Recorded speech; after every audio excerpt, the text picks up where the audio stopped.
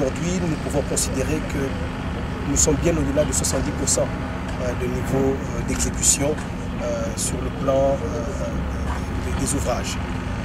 Et nous avons commencé notre visite de ce jour au niveau du stade Tata Raphaël.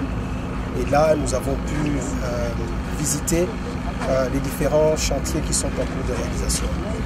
Et nous pouvons considérer qu'aujourd'hui, aucun ouvrage est dans une situation véritablement critique. Les mesures d'encadrement qui avaient été prises lors de la dernière visite du chef de l'État, c'est-à-dire d'assurer le transport aérien pour toutes les commandes qui étaient en cours qui étaient déjà passées et qui prenaient du temps parce qu'on s'est dit que si ça doit passer par la voie maritime, ça allait prendre du retard. Donc aujourd'hui, toutes ces commandes au niveau du transport aérien sont en train d'arriver à Kinshasa.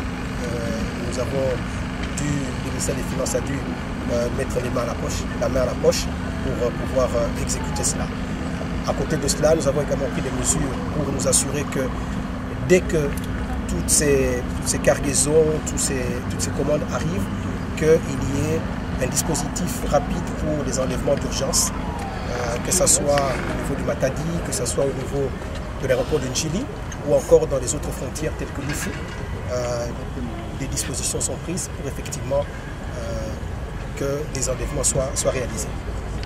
Et dernière mesure, c'était de mettre nos entreprises sur le plan financier tout à fait à l'aise et en procédant par des paiements en avance, des préfinancements pour tout ce qui concerne les travaux additionnels, par exemple, 50% des montants attendus par les entreprises sur les travaux additionnels sont aujourd'hui payés. Sans compter le fait que sur les contrats initiaux, on est au-delà de 80%. Donc le gouvernement fait sa part.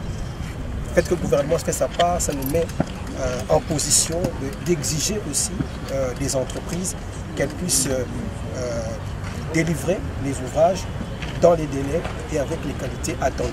Il faut savoir qu'il s'agit ici d'une compétition internationale, le 9e jeu de la francophonie, et nous tenons à ce que les athlètes qui viendront ici soient dans les meilleures conditions pour pouvoir pratiquer le sport et nous livrer un spectacle qui sera pour le plus grand plaisir de tous les francophones, et pourquoi pas au-delà. Excellence, alors au regard de cette visite que vous avez effectuée, vous avez bien entendu parler avec les entreprises contractantes. Au sujet des dates butoirs, est-ce que vous estimez que les entreprises seront à même de finir les travaux dans les délais de date? Déjà, madame, à partir du 31 mai, il y aura certaines entreprises qui vont nous livrer les clés. Vous êtes ici sur le stade des Martyrs. Nous pouvons voir ici le stade, le hall de basketball, omnisport, le hall qui va recevoir le basket. Cela déjà, le 31 mai, c'est clair qu'ils vont livrer juste après quelques petits travaux de finition, mais globalement, rien qu'à vue d'œil, vous pouvez vous rendre compte que ça va être fait. Derrière moi, vous avez un stade, le stade annexe, qui va recevoir de l'athlétisme, qui au départ nous avait quand même inquiété, mais aujourd'hui, nous pouvons voir le gazon en train de sortir du sol.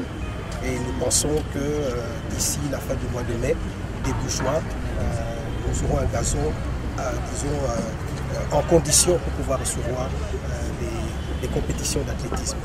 Et pour le reste, madame, je pense que... Pour le stade de Marseille, le stade Tata Raphaël, madame, nous pouvons considérer effectivement qu'au mois de mai également, à la fin du mois de mai, nous serons au minimum à 80% de réalisation, bien au-delà, 80%, 80-90% de niveau d'exécution des ouvrages. Nous reviendrons avec vous, voilà, ici lors de notre prochaine visite qui sera à la fin du mois. Nous avons pris rendez-vous avec toutes les entreprises à la fin du mois de mai.